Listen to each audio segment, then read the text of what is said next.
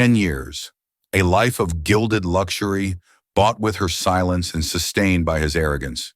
Evelyn Hope sacrificed her career for a man who repaid her loyalty with public humiliation and a vicious divorce, leaving her with a pittance and a cruel laugh. Andrew Sterling thought he had successfully relegated his ex-wife to obscurity, a footnote in his brilliant career. But he forgot one thing. You don't bury a genius. You simply plant a seed. Get ready for the shocking true story of how Evelyn went from crying on a dusty apartment floor to becoming the billionaire CEO who bought out her ex-husband's entire crumbling empire.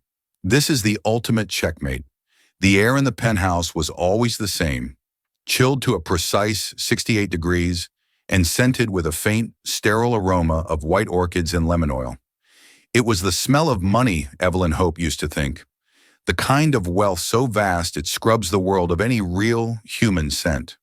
Her life was a masterpiece of curated perfection, and she was its most prized and most imprisoned object. Tonight was the annual Sterling Capital Foundation Gala. Andrew, her husband, was being honored. He was always being honored for something. He moved through the world like a conquering king, his charisma a weapon and his ambition a relentless force. He was handsome, sharp, and utterly ruthless, qualities the financial world adored. "Evelyn, darling, the Cartier necklace, not the pearls," Andrew said without looking up from his phone, his voice smooth but edged with impatience. "The pearls make you look maternal. We're projecting power tonight." Evelyn stood before the floor-to-ceiling mirror in their cavernous dressing room. The woman staring back at her was dressed in a shimmering silver gown by a designer whose name she couldn't recall. Andrew's stylist had picked it out. Her hair was swept into an intricate knot by a stylist Andrew had booked. She looked beautiful, expensive, and completely alien to herself. She swapped the pearls her grandmother had left her for the cold, heavy diamond necklace. It felt like a collar. "Better?" she asked, her voice a little hollow. "Much," he said, finally glancing at her. His eyes did a quick professional appraisal, the way he might assess a stock portfolio. "Perfect. Now remember tonight, when Mr. Nakamura from Mitsubishi is there, you just smile. Don't talk about your little projects." Her little projects were the only things that felt real. In a forgotten corner of their sprawling apartment, she had a small office filled with textbooks, schematics, and journals. Her background was in environmental engineering, a degree she'd earned with honors before Andrew's career had exploded and her own had been quietly extinguished. She was working on a design for a new type of biodegradable battery, one that could store solar energy with unprecedented efficiency. To Andrew, it was a silly, non-profitable hobby. "It's not just a little project, Andrew," she said softly, a familiar flicker of defiance rising in her chest. "The designs for the polymer matrix are showing real promise. It could be revolutionary." He finally pocketed his phone and walked over to her, placing his hands on her bare shoulders. His touch was proprietary, not affectionate. "Darling, you are married to the CEO of Sterling Capital. We don't save the world with dirt and plants. We move markets. We build empires. Let me handle the revolutionary ideas, all right? Your job is to be my beautiful, supportive wife, and you do it so well." He kissed her cheek, a cold, dry gesture, and left the room. The gala was a glittering, suffocating affair at the Metropolitan Museum of Art. Men in bespoke tuxedos talked in low, urgent tones about acquisitions and leveraged buyouts. Women with surgically perfected faces and jewels that could fund a small country exchanged air kisses and veiled insults. Evelyn played her part, smiling graciously, her hand resting on Andrew's arm. She felt like a ghost, haunting the edges of her own life. It was during Andrew's speech that she saw it. He was at the podium, a vision of power and success, thanking his brilliant team and his gorgeous, endlessly supportive wife, Evelyn.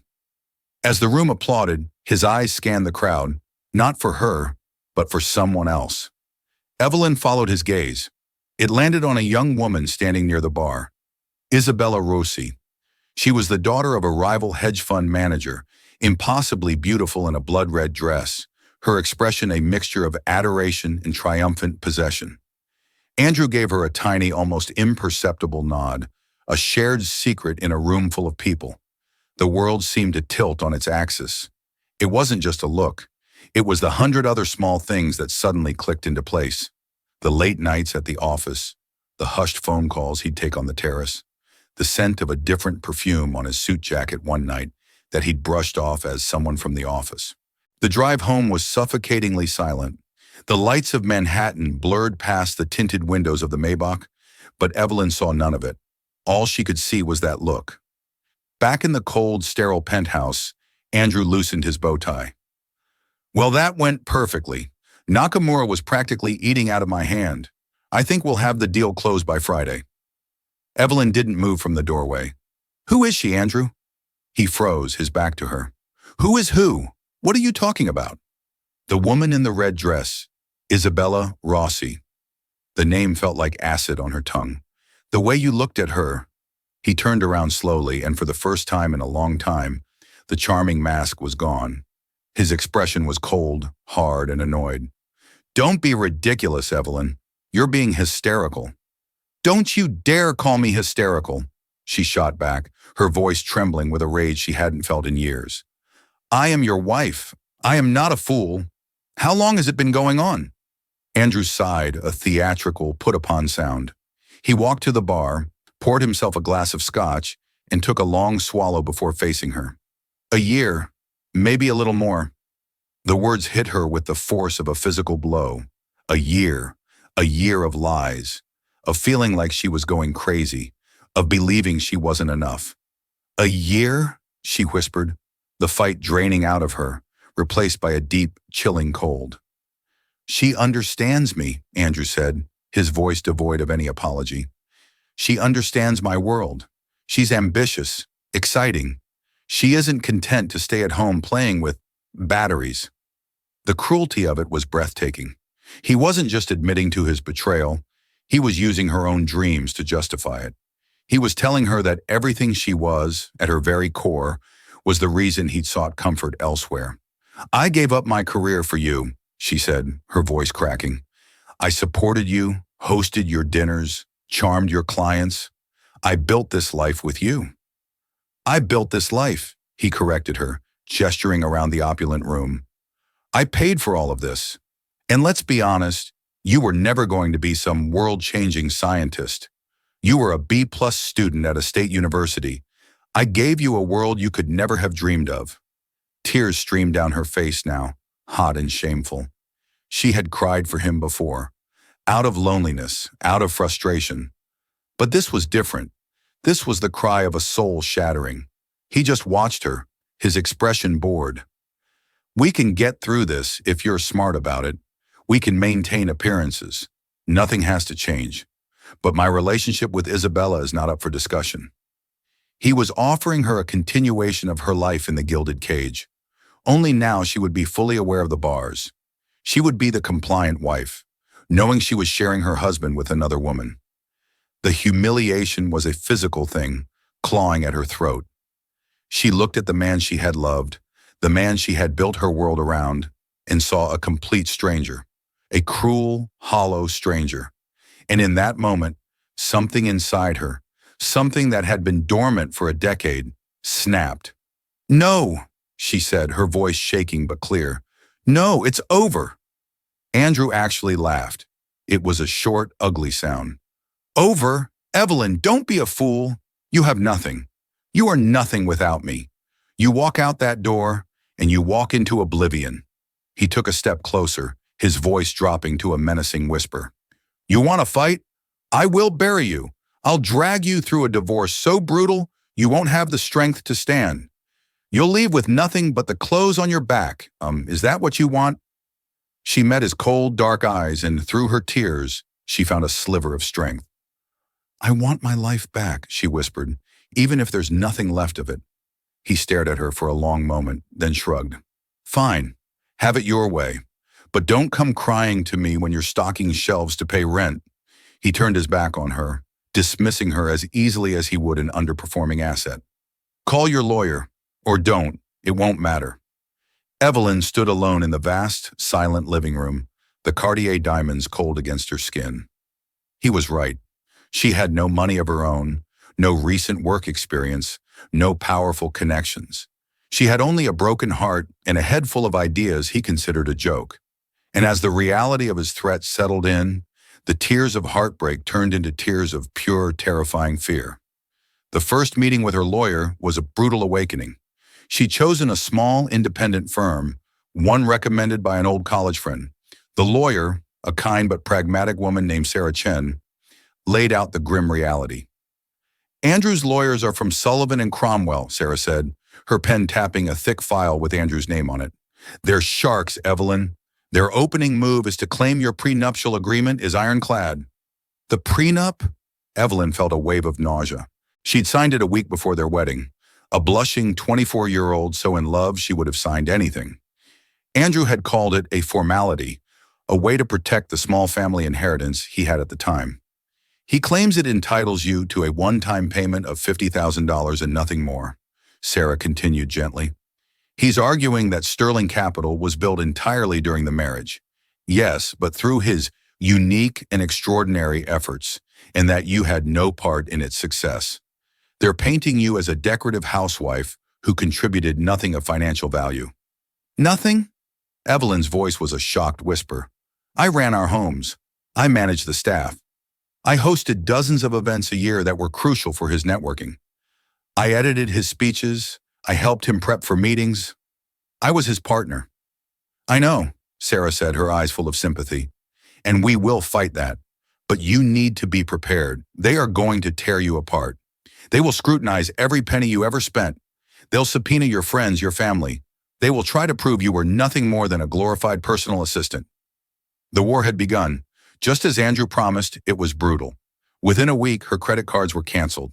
The access to their joint accounts vanished. She was locked out of the penthouse, her belongings packed into sterile boxes by a moving company and sent to a storage unit. An itemized list coldly emailed to her by Andrew's assistant. The depositions were the worst part. She sat for hours in a soulless conference room, flanked by Sarah as Andrew's lead attorney, a slick, silver-haired man named Robert Davenport, dissected her life with surgical precision. Mrs. Hope, Davenport began, his voice condescendingly smooth, can you describe your professional activities during your 10-year marriage to Mr. Sterling? I managed our households in New York and the Hamptons and our flat in London.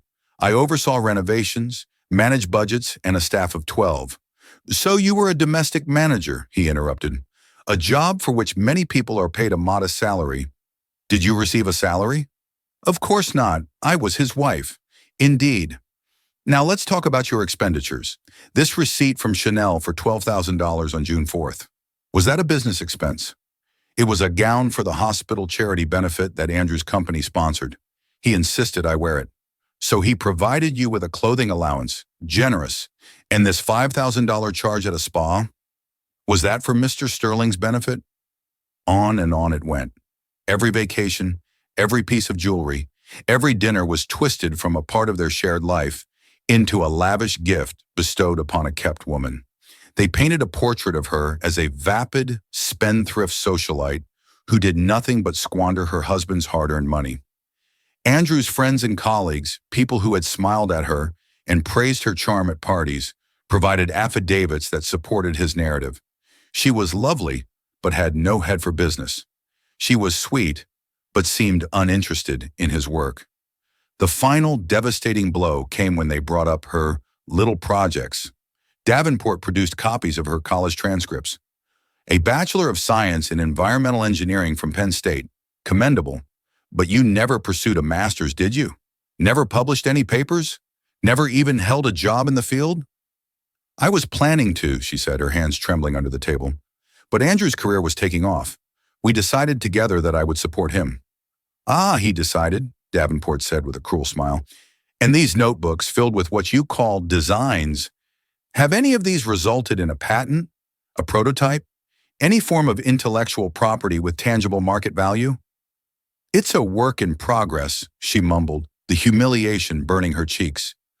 A work in progress, he repeated, letting the words hang in the air like an epitaph for her ambition. Just like your career. Andrew was never at the depositions. He floated above the messy, ugly proceedings, insulated by his wealth and power. But his presence was everywhere, in the cold precision of his lawyers, in the calculated cruelty of their strategy. He wasn't just divorcing her, he was systematically dismantling her identity, erasing her contribution to their life together, and ensuring she was left with nothing to rebuild with. The final court date was a blur. The judge, swayed by the mountain of evidence presented by Andrew's team in the ironclad language of the prenup, delivered the verdict. The prenup was upheld. Her contributions were deemed non-financial and adequately compensated by the lifestyle she enjoyed. She was awarded the $50,000 plus an additional $100,000 in a goodwill gesture from Andrew. A gesture designed not out of kindness, but to make him look magnanimous in the press. $150,000. After a decade of marriage to a man whose net worth was approaching $1 billion.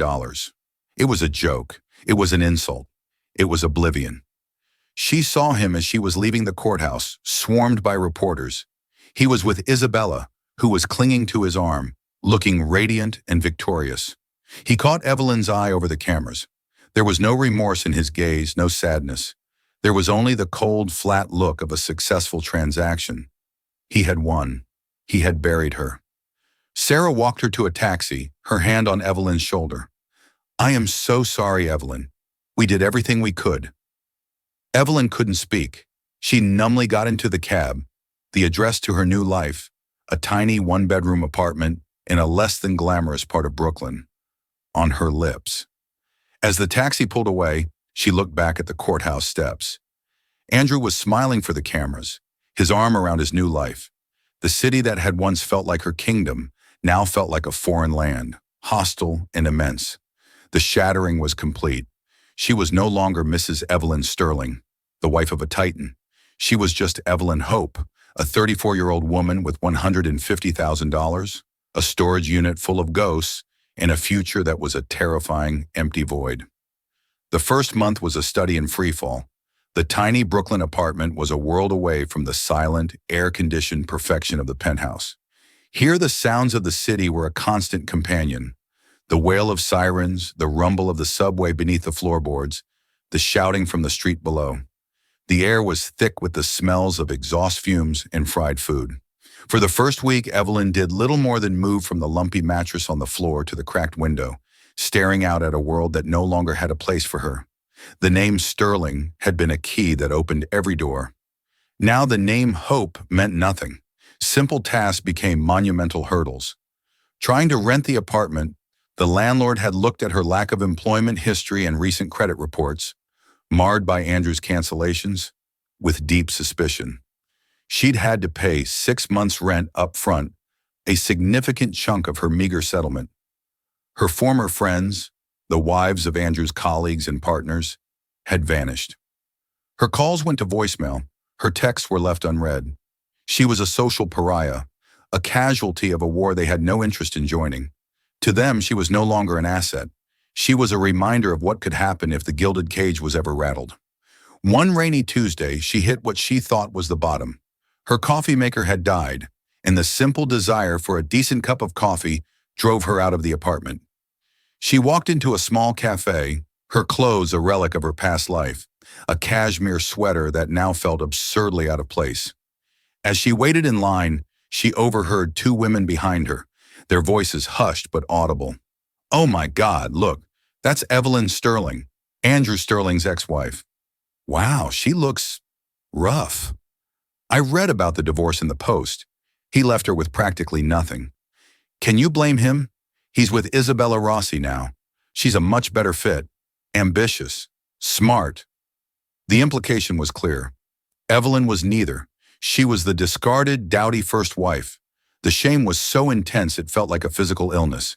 She fled the cafe without ordering, her cheeks burning, and ran back to her apartment, where she collapsed onto the mattress and finally let out the raw, ugly sobs she had been holding back for weeks. She cried for the life she had lost, for the love she thought she had, for the woman she used to be. She cried until her throat was raw and her eyes were swollen shut. When the tears finally subsided, they left behind a hollow emptiness. Andrew had not just taken her money and her home, he had taken her sense of self.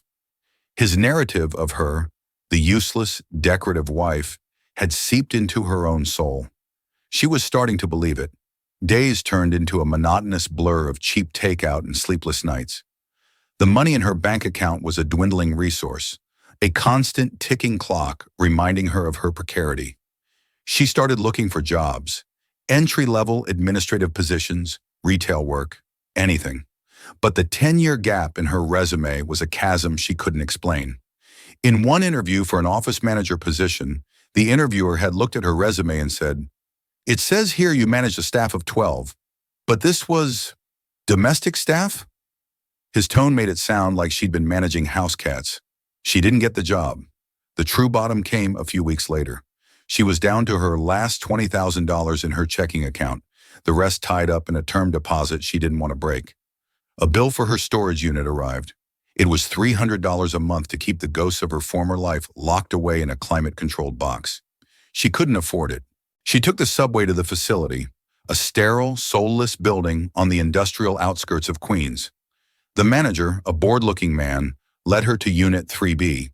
When he rolled up the metal door, her past life hit her like a physical wave. There it was, the designer clothes in their garment bags, the custom furniture too large for her new apartment, the boxes of fine china she'd spent months selecting, and in the back, behind a stack of art books, were several heavy-duty plastic tubs. Her office, her little projects. She spent the next 8 hours sorting through the wreckage of her marriage. She created 3 piles. The first was to sell, the jewelry except her grandmother's pearls, the designer handbags, the art. The second was to donate, the clothes, the furniture, the kitchenware. The third, the smallest pile, was to keep. It contained a few photo albums, her grandmother's pearls, and the plastic tubs from her office. As she knelt on the cold concrete floor, prying open the lid of the first tub, the smell of old paper and ink filled the air. Inside were her notebooks, her textbooks, her schematics. Her fingers, dusty and sore, traced the equations and diagrams she had drawn. Here was the design for the biodegradable polymer matrix. Here were her notes on increasing the charge density of organic electrodes. Flipping through the pages, she wasn't Mrs. Sterling, the failed wife. She was Evelyn Hope, the engineer, the woman who had graduated 3rd in her class, the woman who had once dreamed of changing the world. Andrew's mocking voice echoed in her head. "You were never going to be some world-changing scientist. You were a B-plus student." Rage, cold and pure, surged through her. It was a different kind of anger than the hurt and betrayal she'd felt before. This was a clarifying fire. He hadn't just divorced her. He had tried to erase her. He had tried to convince her, and the world, that she was nothing, that her mind, her ambitions, her very essence were worthless. She sat there on the floor of that dusty storage unit, surrounded by the remnants of a life that was no longer hers. She looked at the notebooks in her hands. This was all she had left. This was the only part of her that Andrew had never been able to touch, only mock. Right there, at rock bottom, a decision formed. It wasn't a grand cinematic moment. It was a quiet, steely resolve that settled deep in her bones. He thought this was a joke. He thought she was nothing. Fine. She would show him. She would show them all.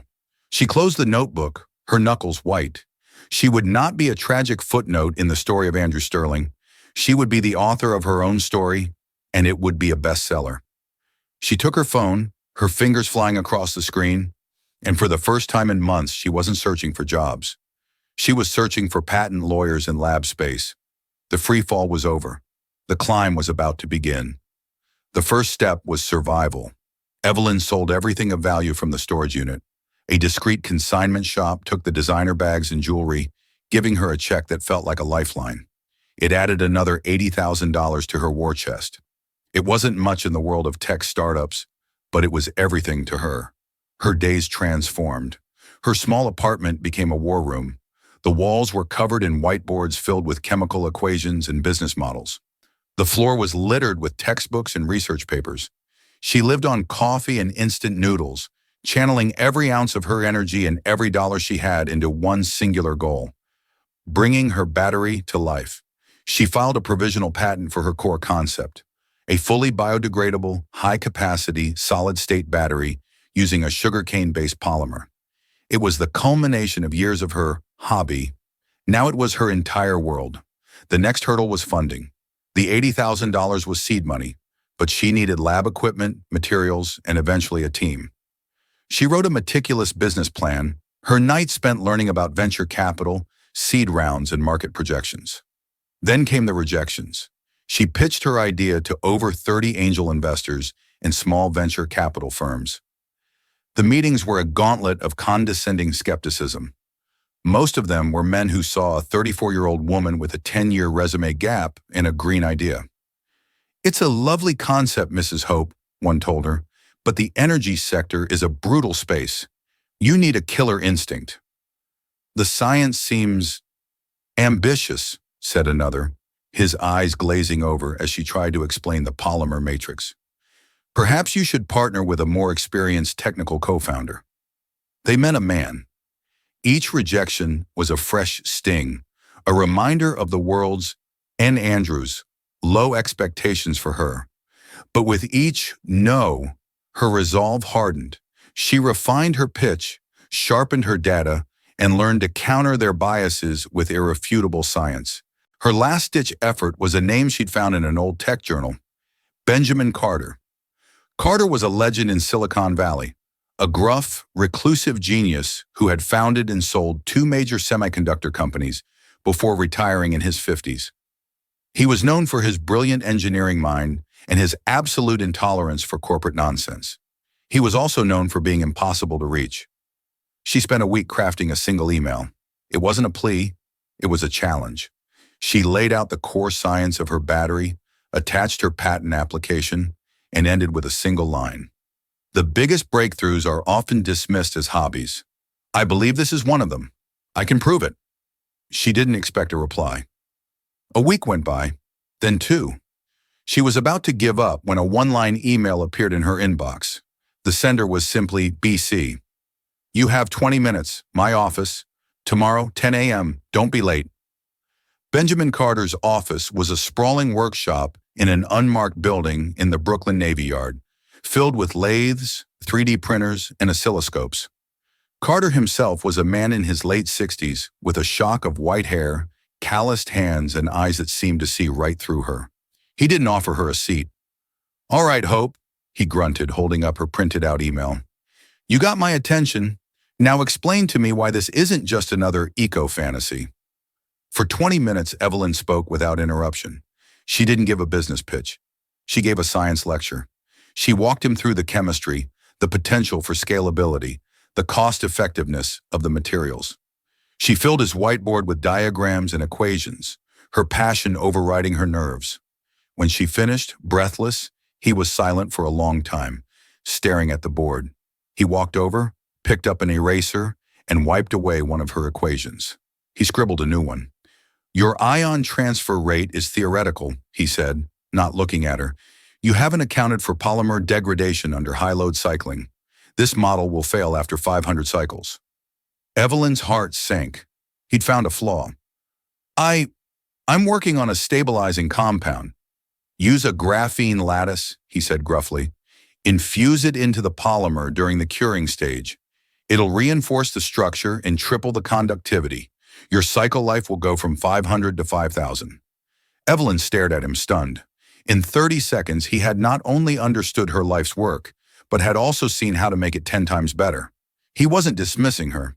He was collaborating. He finally turned to look at her, his expression unreadable. "This is either the most brilliant thing I've seen in a decade, or you're a very convincing fraud. There's only one way to find out." He walked to a dusty desk and pulled out a checkbook. "I'm giving you $250,000. It's not a gift. It's a seed investment. I get 20% of your company. I want a working prototype on this bench in 6 months. A prototype that meets the specs we just discussed. You'll rent a corner of this workshop. You can use my tools. Now get out of my office and get to work." Tears welled in Evelyn's eyes. Not of sadness, but of overwhelming gratitude and relief. Someone believed her. "Thank you," she whispered. "Don't thank me," Carter grumbled, turning his back to her and picking up a soldering iron. "Just don't make me regret it." Evelyn walked out of the Navy Yard and into the bright sunlight, clutching the check in her hand. She had a mentor, she had a lab, she had a chance. She named her fledgling company Viridian Dynamics, Viridian for the green future she envisioned, and Dynamics for the unstoppable force she was determined to become. The Phoenix was no longer just a spark. It was beginning to catch fire. The next 2 years were a blur of relentless, grueling work. Evelyn practically lived in her corner of Benjamin Carter's workshop. She was the first one in every morning and the last one out, often sleeping on a cot she'd set up next to a milling machine. Her world shrank to the size of a circuit board. Her focus narrowed to the atomic structure of a polymer. Ben was a demanding, cantankerous mentor. He pushed her, challenged her, and tore apart her work with brutal honesty. But he also taught her. He showed her how to streamline her manufacturing process, how to negotiate with suppliers, and how to think not just like a scientist, but like an engineer and a CEO. With Ben's guidance and her own unwavering dedication, Viridian Dynamics hit its milestones. The first prototype, a small, ugly block of greenish polymer hooked up to a voltmeter, not only worked, it exceeded their projections. The graphene-infused lattice was a game-changer. The battery was lightweight, completely non-toxic, and held a charge longer than any comparable lithium-ion cell. That prototype, in Ben Carter's name, was enough to get them in the door for a Series A funding round. Evelyn, no longer the timid woman who stammered through her pitches, walked into boardrooms with a quiet, unshakable confidence. She knew her science inside and out. She knew the market. She knew her company's worth. They secured $20 million from a top-tier Silicon Valley firm that specialized in disruptive technologies. With the new capital, everything accelerated. Viridian Dynamics moved out of the workshop and into its own dedicated facility, a sleek research and manufacturing plant in Long Island City. Evelyn hired her first team, bright, hungry, young engineers and scientists who were drawn to her vision. She built a company culture based on innovation and respect, the polar opposite of the cutthroat, ego-driven world of Sterling Capital. News of Viridian Dynamics began to ripple through the tech and energy sectors. TechCrunch ran a feature on them. The sugar battery. Could Viridian Dynamics end our reliance on lithium? Forbes named Evelyn one of its 30 under 40 innovators to watch. She was 36, but they made an exception. The articles always mentioned her past, framing it as a Cinderella story, from Park Avenue socialite to clean tech CEO. Evelyn hated that angle, but she knew it was a hook. What mattered was that they were talking about her company, not her divorce. In Manhattan, Andrew Sterling heard the buzz. At first, he dismissed it. Evelyn's little project? He laughed to a colleague over lunch at a Michelin star restaurant. It's a fluke. Some old man is propping her up. It's a feel-good story for the press, nothing more. It will be bankrupt within a year. He was busy with his own empire. He had successfully orchestrated a merger, was living with Isabella in their gleaming penthouse, and his face was a regular fixture on financial news networks. He never imagined that Evelyn's world and his would ever seriously intersect again. But Viridian's ascent continued. They landed their first major contract, a pilot program with a leading solar panel manufacturer to use their batteries for residential energy storage. Then came a bigger deal, a partnership with a major European automaker to develop Viridian batteries for their next generation of electric vehicles. The technology was proving to be not just viable, but revolutionary. It was cheaper, more ethical to produce than cobalt-reliant batteries, and significantly more stable. Evelyn was no longer just a CEO, she was becoming a visionary. She gave a TED Talk that went viral, speaking with eloquence and passion about a future powered by sustainable technology. She was no longer the woman in the borrowed silver dress, smiling silently beside her husband. She was a force in her own right, dressed in a sharp, minimalist suit, her voice clear and steady, her ideas shaping an entire industry. The transformation was total. The fear and insecurity that had plagued her were gone, burned away in the crucible of creation. She was confident, decisive, and respected. She hadn't sought revenge on Andrew. She had simply become too big for revenge to matter. Her focus was on her company, her team, her mission. But the world of high finance is small. As Viridian's valuation soared past the nine-figure mark and started heading towards 10, Andrew could no longer ignore it. His dismissal turned to annoyance, then to a simmering resentment. At a dinner party, a banker friend clapped him on the shoulder and said, "My God, Andrew, did you see Viridian's latest valuation? Your ex-wife is going to be a billionaire. Who knew she had it in her? You must have one hell of an NDA in that divorce settlement." Andrew's smile was tight, his eyes cold. The idea that the woman he had discarded as worthless was building an empire on a silly hobby was not just an insult. It was a threat to his own narrative, to his perception of himself as the sole architect of success in their relationship. He started following Viridian's progress obsessively, his jealousy curdling into a dark, proprietary anger. This woman, this company, this success, it should have been his. In his twisted logic, he had created her through his rejection. He had forged her in the fire of their divorce. Therefore, her success belonged, at least in part, to him. And if he couldn't own it, he would destroy it. He called an emergency meeting with the head of his firm's trading desk. "I want you to pull every piece of opposition research you can find on Viridian Dynamics," he commanded. "Find their weaknesses. I want to be ready." The collision course was set. Evelyn was ascending, focused on the bright future she was building. Andrew was watching from his tower of pride, sharpening his knives, waiting for the perfect moment to bring her crashing back down to earth. The day Viridian Dynamics announced its initial public offering, IPO, was a major event on Wall Street. The company was the darling of the clean tech world, a rare unicorn with a proven product, massive contracts, and a charismatic female founder. The initial pricing valued the company at an astonishing $8 billion. On paper, Evelyn's majority stake would make her a multi-billionaire overnight.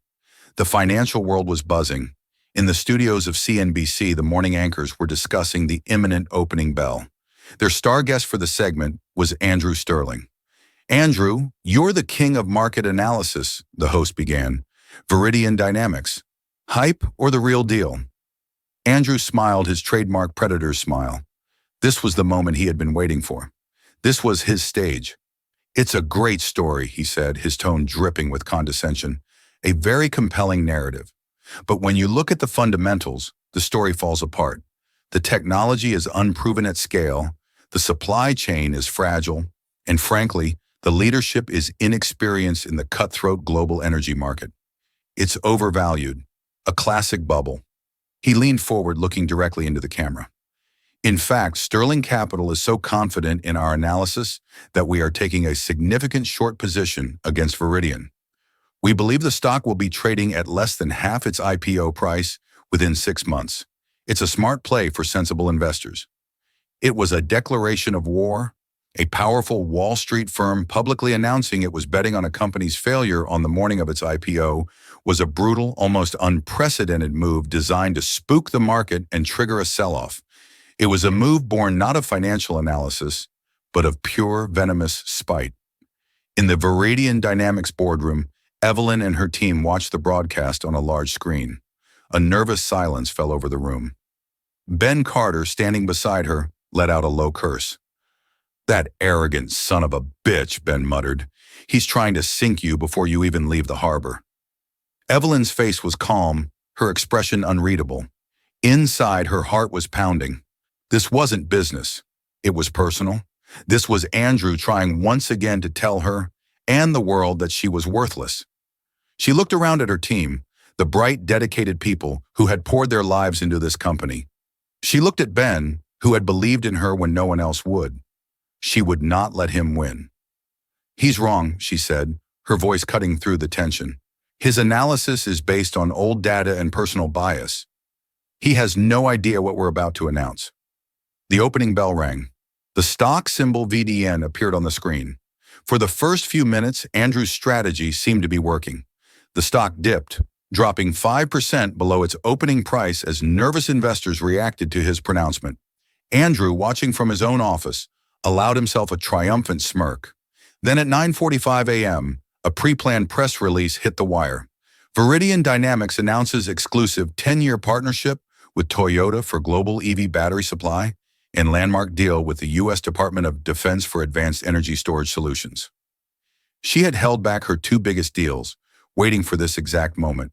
They were blockbuster announcements validating her technology at the highest levels of global industry and government. The effect on the market was instantaneous and explosive. VDN's stock didn't just recover, it launched. It surged 20%, then 40%, then 60%. Trading was briefly halted due to the volatility. When it resumed, the climb continued. By midday, Viridian's stock price had more than doubled, and its market capitalization soared past $20 billion. For a short seller, this kind of meteoric rise is a death sentence. Every dollar the stock went up was a dollar lost. Andrew watched the ticker on his screen, his face draining of color. The numbers were bleeding red. Millions, then tens of millions, then hundreds of millions of dollars in losses. His traders were calling him in a panic. "We have to cover! The losses are catastrophic!" To cover their short position, they had to buy back the stock they had borrowed. But now they had to buy it at the new insanely inflated price, pouring gasoline on the fire and driving the price even higher. It was a classic short squeeze, and Andrew Sterling was caught in the jaws of the trap. By the closing bell, Sterling Capital had lost over $1.8 billion. It was one of the single worst trading days for any major firm in a decade. The fallout was immediate and brutal. Andrew's investors were furious. The board demanded an emergency meeting. The financial press, which had once lauded him as a genius, turned on him, calling his move against Viridian a reckless, emotionally driven catastrophe. His personal life crumbled just as quickly. Isabella Rossi, who had attached herself to his power and wealth, saw the writing on the wall. She watched him that evening, a man she barely recognized, pale and shaking with a rage that had consumed him. She saw a loser. Within a week, she had quietly packed her bags and moved out of the penthouse, leaving nothing but a short note. She was already being seen with another, older, and now significantly richer, billionaire. Andrew was alone, his firm on the brink of collapse, his reputation in tatters, his lover gone. He had tried to bury Evelyn Hope, but he had only succeeded in digging his own grave. And from across the city, in the gleaming new headquarters of Viridian Dynamics, Evelyn watched. She felt no joy, no triumphant glee, just a quiet, steely sense of justice. The tables hadn't just turned, they had been completely, irrevocably flipped. The weeks that followed the IPO were a slow-motion demolition of Andrew Sterling's world. The catastrophic losses from the short position triggered a crisis of confidence in his firm. Clients pulled their funds, partners demanded answers, and regulators launched an investigation into potential market manipulation. Sterling Capital was hemorrhaging money and credibility. The empire Andrew had built with such ruthless precision was crumbling into dust. Layoffs began, then a desperate attempt to sell off assets. But the damage was too severe. The firm was toxic. No one wanted to touch it. Bankruptcy wasn't just a possibility, it was an inevitability. Evelyn, meanwhile, was on the cover of Time magazine. The headline read, "The Green Titan, How Evelyn Hope Reinvented Energy and Rewrote the Rules of Power." Her company was a global phenomenon, and she was its revered leader. She was a titan now, in the way Andrew had always claimed to be. One crisp autumn morning, 2 months after the IPO, Evelyn sat in her minimalist corner office overlooking the East River. Her assistant buzzed through on the intercom. "Ms. Hope, the board of Sterling Capital is here." "Send them in," she said calmly. 4 gray-faced men in expensive suits walked into her office. They were the remnants of Andrew's board, men who had once looked through her at galas and cocktail parties. Today they looked at her with a mixture of terror and awe. "Ms. Hope," their leader began, his voice strained, "thank you for seeing us. As you know, Sterling Capital is in a precarious position. We are facing liquidation." "I'm aware," Evelyn said, her voice even. She gestured for them to sit. They did, perching nervously on the edges of their chairs. "We are here to make a proposal, a plea, really," the man continued. "We believe the firm's core asset management division is still viable. It needs a massive capital infusion and a complete restructuring. We are looking for an acquirer." Evelyn listened patiently, her hands steepled on her polished concrete desk. She knew exactly what they were saying. They had come to the only person with the capital, the market power, and, they hoped, the motivation to save them. "And you're proposing that Viridian Dynamics acquire Sterling Capital?" she asked, the question hanging in the air. "Yes," the man said, looking down at his hands. "It would be a strategic acquisition, a foothold in the financial sector for your rapidly expanding enterprise." Evelyn was silent for a full minute, letting them sweat. She thought of the cold conference room where their lawyers had torn her life apart. She thought of Andrew's sneering face on television, so confident in her failure. "Viridian has no strategic interest in asset management," she said finally, her words hitting them like stones. "Your business model is based on propping up the very fossil fuel industries my company is making obsolete. Your firm is a relic." The men paled. Their last hope was evaporating. "However," Evelyn continued, her voice softening slightly, "I am interested in one thing. The building. This one, in fact." She nodded towards the window in the direction of the gleaming skyscraper that housed Sterling Capital. "And the name. There is a certain branding potential." She leaned forward, her eyes locking onto the lead board member. "Here is my offer. Viridian will acquire the entirety of Sterling Capital's assets and liabilities for the symbolic price of $1. We will absorb what is salvageable and liquidate the rest. We will prevent a chaotic bankruptcy that would wipe you all out completely. In return, I want full, unconditional control, effective immediately." It wasn't a negotiation. It was an execution. They had no choice. They agreed to everything. The next day, Evelyn rode the private elevator up to the top floor of the Sterling Capital building, the place where Andrew had ruled, the place she had never been welcome. The grand, mahogany-paneled boardroom was empty, save for one person. Andrew stood by the vast window, looking out over the city that had once been his. He looked older, diminished. His suit seemed to hang off his frame. He turned as she entered. His face was a mask of disbelief and raw, undiluted hatred. "You did this," he hissed. "You did all of this just to destroy me." Evelyn walked slowly towards the head of the massive boardroom table, his table, and placed her briefcase on it. "You're giving me too much credit, Andrew. I didn't do any of this for you. I did it for me. You were just a catalyst, an obstacle." "You came here to gloat," he spat, "to see me like this." "No," she said, her voice devoid of emotion. "I came here because this is my boardroom now, and you are trespassing." She opened her briefcase and pulled out a single file. She slid it across the polished table towards him. "This is a severance agreement. It's the standard package for redundant senior executives whose positions have been eliminated due to acquisition." He stared at the file, refusing to touch it. "I'm also prepared to offer you a job," she said. A flicker of something, hope, disbelief, crossed his face. "A job?" "Yes, we're restructuring. We'll need a junior analyst in the archives division. It's a basement office. The pay is $60,000 a year. You'd be responsible for boxing old files for liquidation. It's a 6-month contract." The sheer, breathtaking audacity of the offer struck him dumb. She was offering him the same amount of money he'd left her with, plus $10,000 to perform a menial, humiliating task in the ruins of his own empire. It wasn't revenge. It was a perfectly balanced, karmic equation. He stared at her, his jaw working, searching for a scathing retort, a final ounce of defiance.